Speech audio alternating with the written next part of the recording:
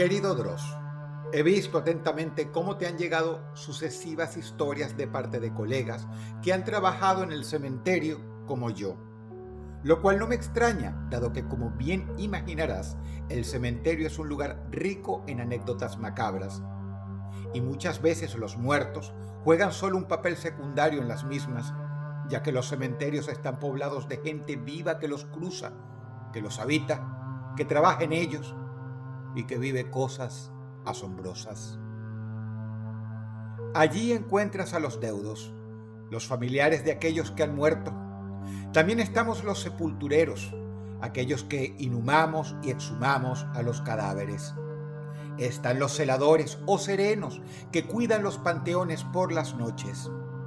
Y desde luego en el cementerio moran también otras especies que en teoría no deberían estar, como los delincuentes que se refugian en los cementerios perseguidos por la policía, los profanadores y los sectarios, integrantes de diversos cultos que creen que el camposanto tiene ciertas propiedades o poderes mágicos y van a efectuar dichos rituales, algo que es muy común en mi país. En el oficio de sepulturero, como lo era yo hasta que perdí mi trabajo a raíz de la anécdota que vas a leer, se ve realmente de todo un poco. Se ve la decadencia de los muertos, el dolor y la hipocresía de los vivos, y hasta la pestilencia de algún que otro animal típico de esos lugares, como las comadrejas y las ratas, que suelen ser de enorme tamaño debido a su excesiva alimentación, la cual te imaginarás sin dificultad de qué consiste y de por qué es tan abundante en un cementerio. Y uno se acostumbra a todos esos pequeños horrores, al olor a descomposición, a los cuerpos putrefactos cuando hay que exhumar un cuerpo, a los llantos de los deudos, a la presencia constante de las cucarachas, a los ataques imprevistos de las ratas acorraladas y a los periódicos servicios de entierro que se realizan en medio de muestras de dolor y peleas incluso. Pero creo que ningún colega me va a desmentir cuando te cuente que hay algo a lo que uno jamás se acostumbra como sepulturero. Algo que afortunadamente no es muy frecuente, pero que es imposible de digerir por muchos años en el oficio que se tengan, como los llegué a tener yo. Y esto es los entierros de niños.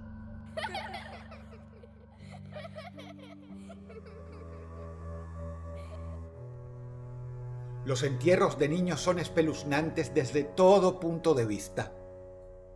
En el cementerio donde yo trabajaba, se realizan en ataúdes especiales, de un tamaño especial, mucho más pequeño que un ataúd normal, dependiendo la edad del niño.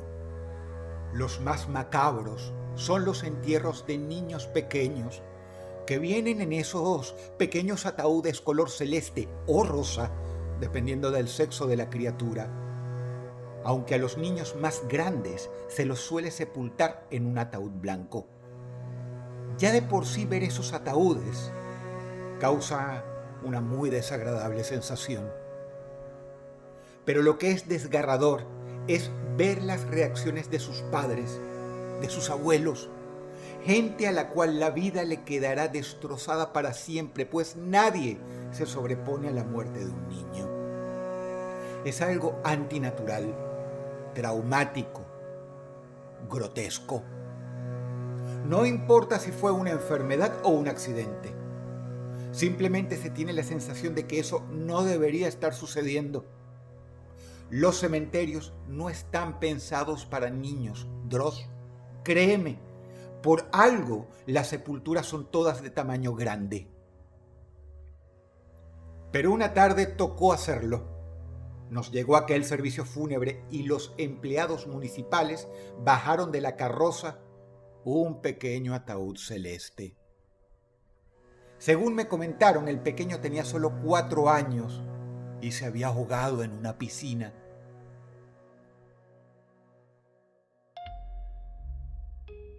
El padre del pequeño estaba absolutamente catatónico, sin mostrar emoción alguna, ajeno a todo lo que le rodeaba, con la mirada perdida en el infinito. Y la madre era toda ella un solo llanto interminable, una boca que gritaba y dos ojos que se vaciaban de lágrimas. El resto de los familiares no estaba mucho mejor.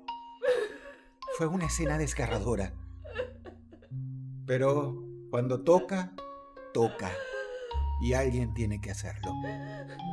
Lo subí en el montacargas y lo puse en el nicho en el cual entró sumamente cómodo con un montón de espacio sobrante. Lo dicho, los cementerios no fueron construidos para niños.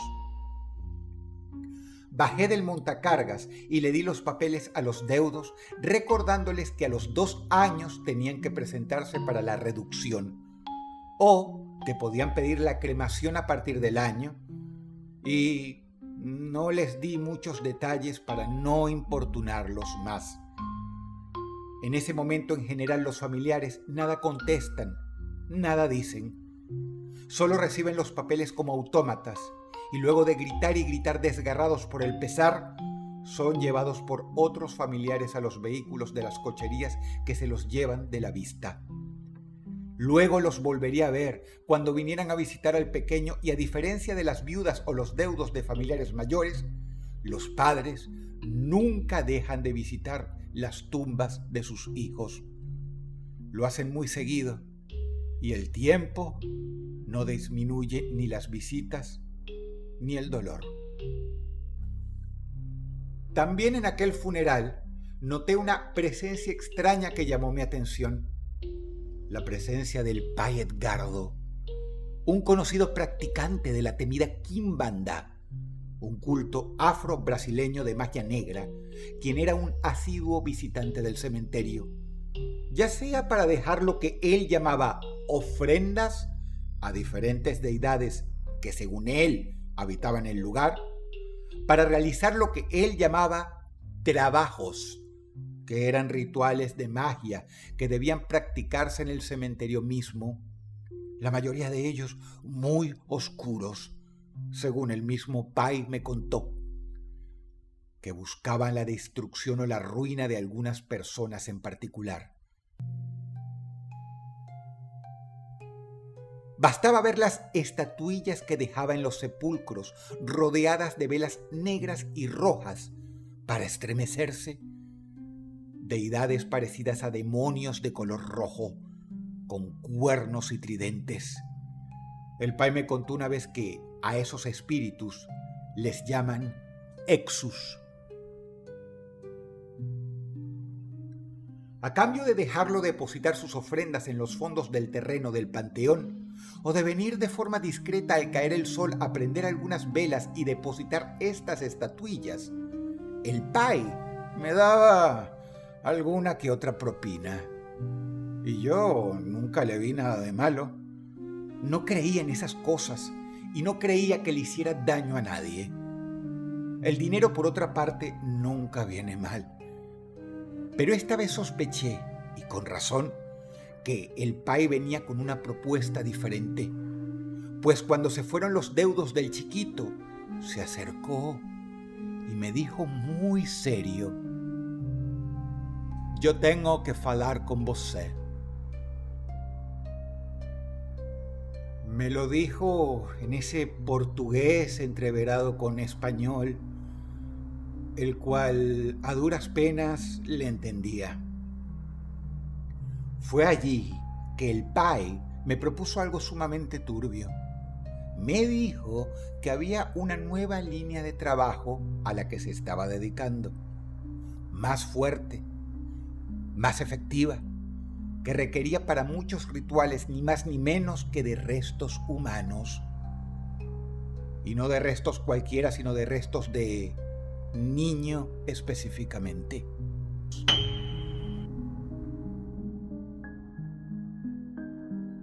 Me explicó que por eso, en la antigüedad, las brujas secuestraban niños o robaban sus cadáveres, porque los cuerpos de esos inocentes una vez pulverizados, tienen un enorme poder.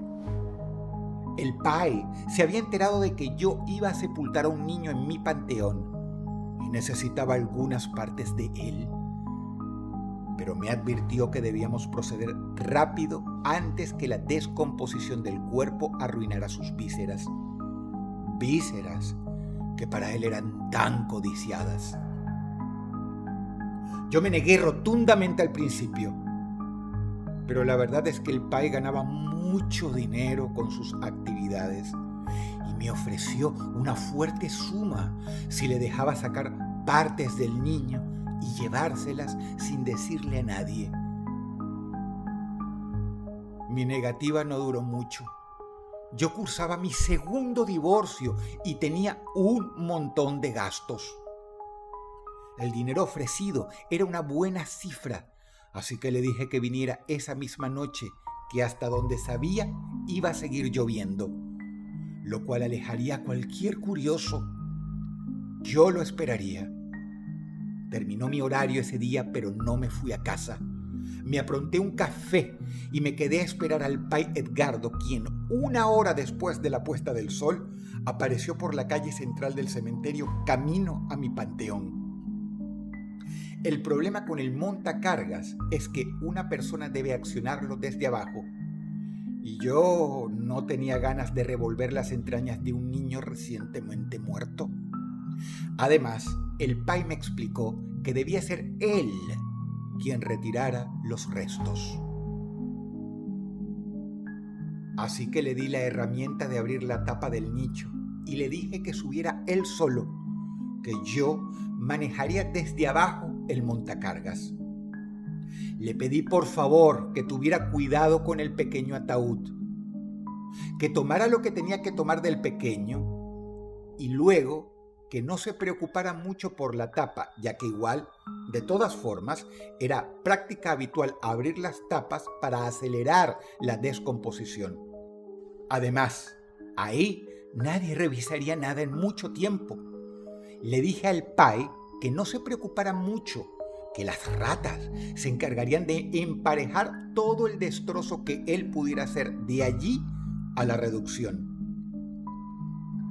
Tras darle esas instrucciones, lo subí y pude ver desde abajo cómo se metía con una linterna en el nicho del niño. Y tras un rato que se me hizo eterno, salió con una bolsa de mano llena de algo que chorreaba líquidos. Me avisó que lo bajara y así lo hice.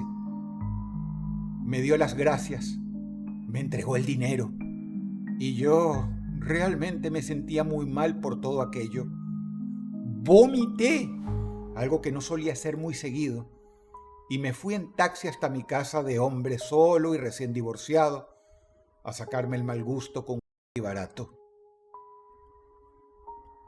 La verdad es que después del 4.º trago decidí llamar al flaco Rodríguez, mi suplente, para decirle que me cubriera un par de días en el panteón, pues no me sentía nada bien y pensaba aprovechar el dinero recién recolectado para llevarle algo a mi abogado y preparar ese y otros trámites pendientes que tenía.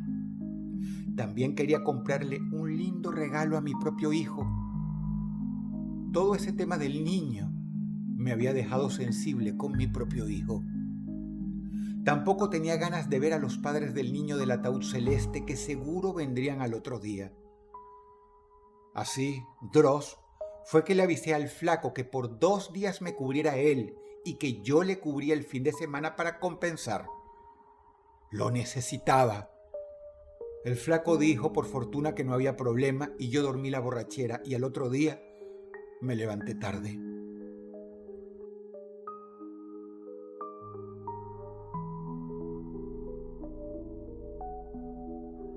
Hice todas mis vueltas. Le llevé un regalo a mi hijo teniendo que soportar la protesta de mi ex por haber ido un día que no era de visita. Y volví a emborracharme con whisky barato mirando una serie en la televisión hasta quedarme dormido. Cuando volví a despertar, nada fue agradable.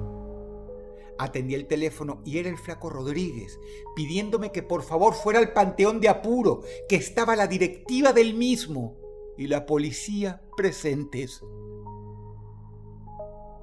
Muchos datos no me daba. Se notaba que le decían que no me diera detalles. Yo, medio dormido, no entendía nada, pero en ese momento lo único que supe en mi resaca es que debía vestirme, tomar un taxi y acudir al panteón. Al llegar, pude ver al director de la asociación a la que pertenecía el panteón agarrándose la cabeza, mientras un par de policías le hacían preguntas a él y al Flaco Rodríguez. Los policías tuvieron que agarrar a un tipo que se había levantado del suelo y se había abalanzado hacia mí, gritándome una serie de amenazas, empujando a una mujer que lloraba sobre él.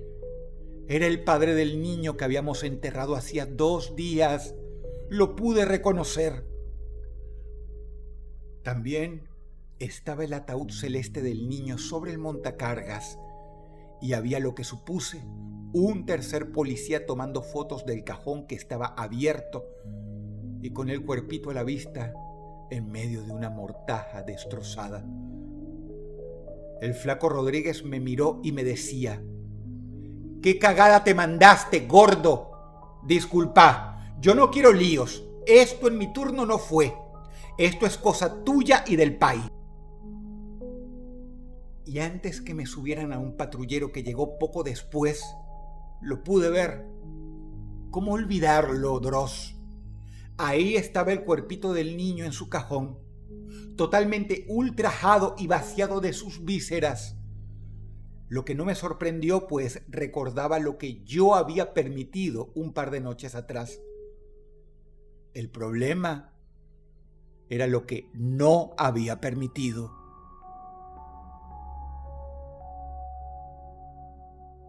El niño tenía metido en el estómago una estatua siniestra, de esta suerte de diablo demonio de color rojo brillante con cuernos que te mencioné, muy usados por los sacerdotes pais de Quimbanda. También el pai le había arrancado los párpados y los ojos al pequeño, y en las cuencas vacías de los ojitos del niño había 2 enormes monedas brillando al sol, en medio de las moscas que ya se habían acercado al cadáver. Al principio no entendía mucho. En medio de una terrible resaca, declaré como mejor pude.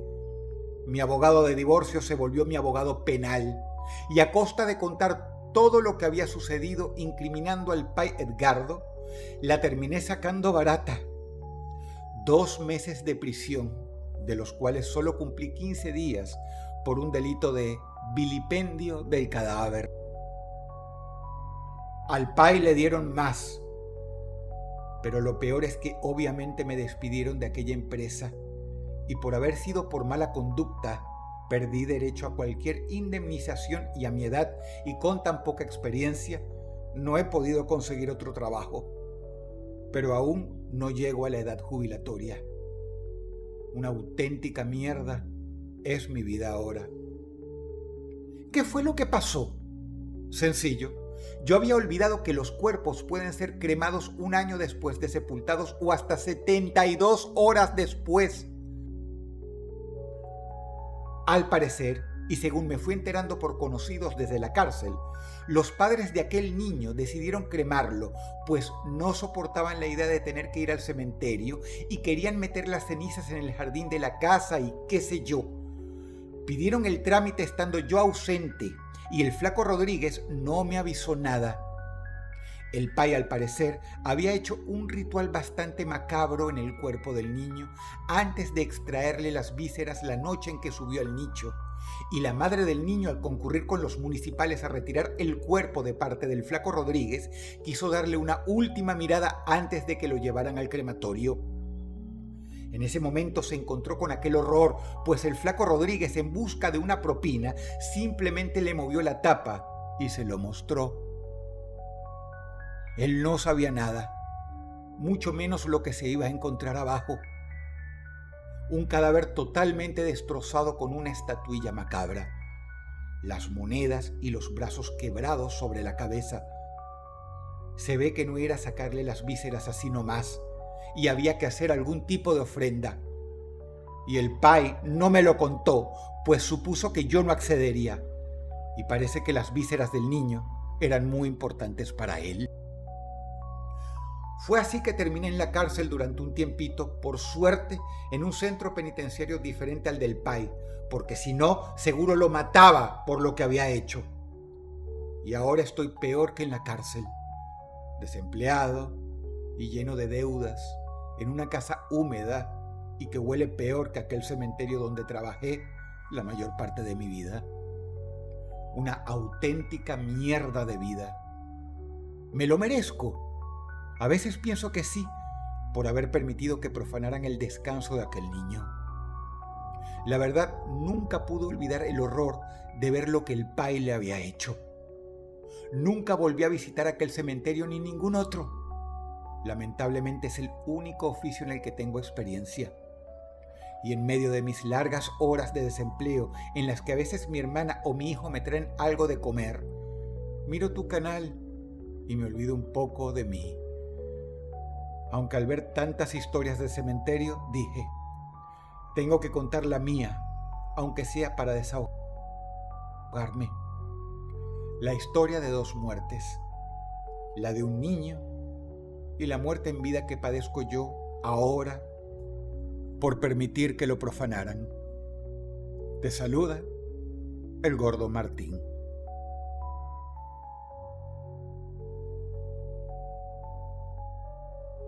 Si el video te gustó, apreciaría mucho que por favor le dieras pulgar arriba y comentaras algo. El Gordo Martín, nombre obviamente cambiado, seguro estará leyendo la caja de comentarios. Por favor, recuérdalo. Te habla Dodros y te deseo buenas noches.